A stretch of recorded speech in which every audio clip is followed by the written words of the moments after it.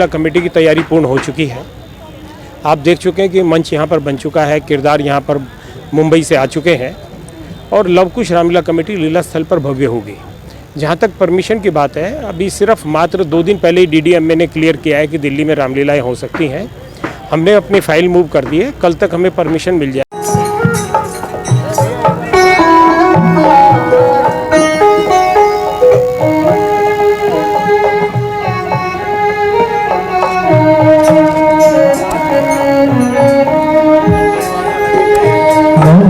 शिवाय ओम नमः शिवाय, हर हर भोले नमः शिवाय। जय विजय ने उन्हें बलपूर्वक वैकुंठ में जाने से रोक दिया। रुष्ट होकर उन राजकुमारों ने उन दोनों को श्राप दे दिया। बैठे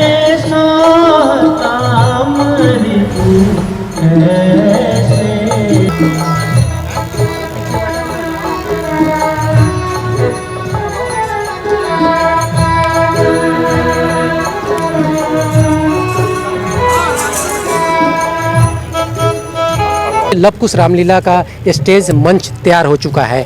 यहाँ पे सारी तैयारियाँ हो चुकी है और आयोजकों की माने तो कल से यहाँ पे दर्शकों के लिए रामलीला शुरू हो जाएगी। हमारे साथ यहाँ पे है गगन मल्लिक, जो यहाँ पे राम के किरदार निभा रहे हैं। गगन जी, काफ़ी असमंजस में इस बार दिल्ली वासी रहे हैं कि रामलीला होगी या नहीं होगी।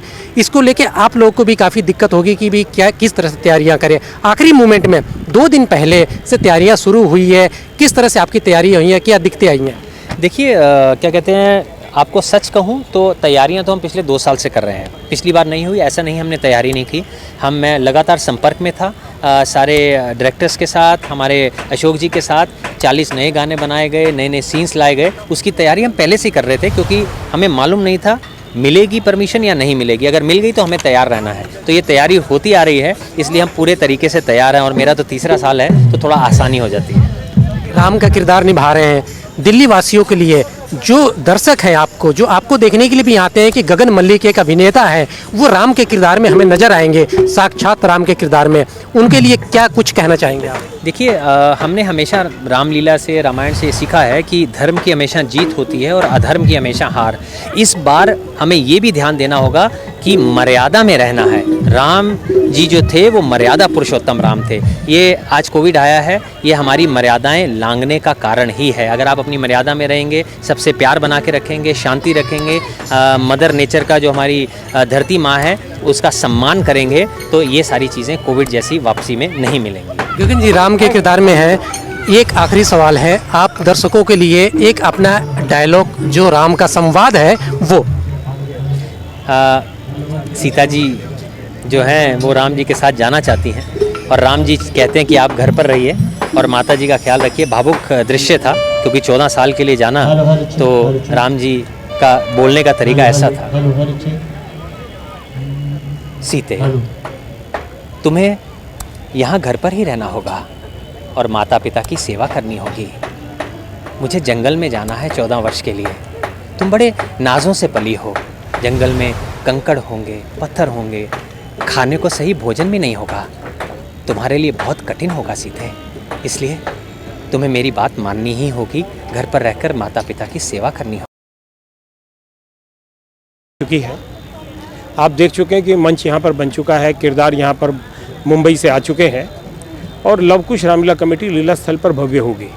जहाँ तक परमिशन की बात है, अभी सिर्फ मात्र 2 दिन पहले ही DDMA ने क्लियर किया है कि दिल्ली में रामलीलाएँ हो सकती हैं।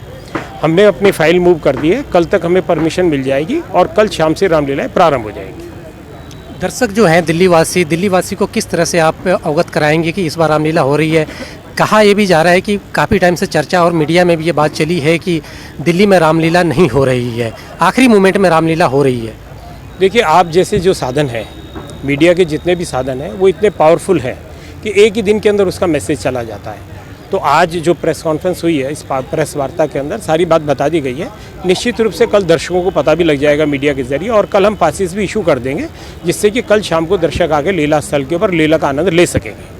कोविड को लेकर किस तरह से तैयारियां हैं? देखिए, कोविड के लिए तो हमने मास्क की व्यवस्था की है। गेट के ऊपर मास्क रहेंगे, हमारे कार्यकर्ता रहेंगे। जिन व्यक्तियों के पास मास्क नहीं है उनको मास्क प्रोवाइड करेंगे, हाथ उनके सैनिटाइज करेंगे, ग्राउंड को सैनिटाइज किया जाएगा, 2 गज की दूरी रखी जाएगी। इन सब चीज़ों को ध्यान में रखते हुए ही इस बार जो है लीला स्थल का लीला होगी। कितने लोगों की सेटिंग की व्यवस्था की जाएगी? देखिए, ये कल हमें परमिशन मिलेगी, उसके अंदर ये बात क्लियर हो जाएगी कि कितने लोगों की हमें परमिशन मिलती है।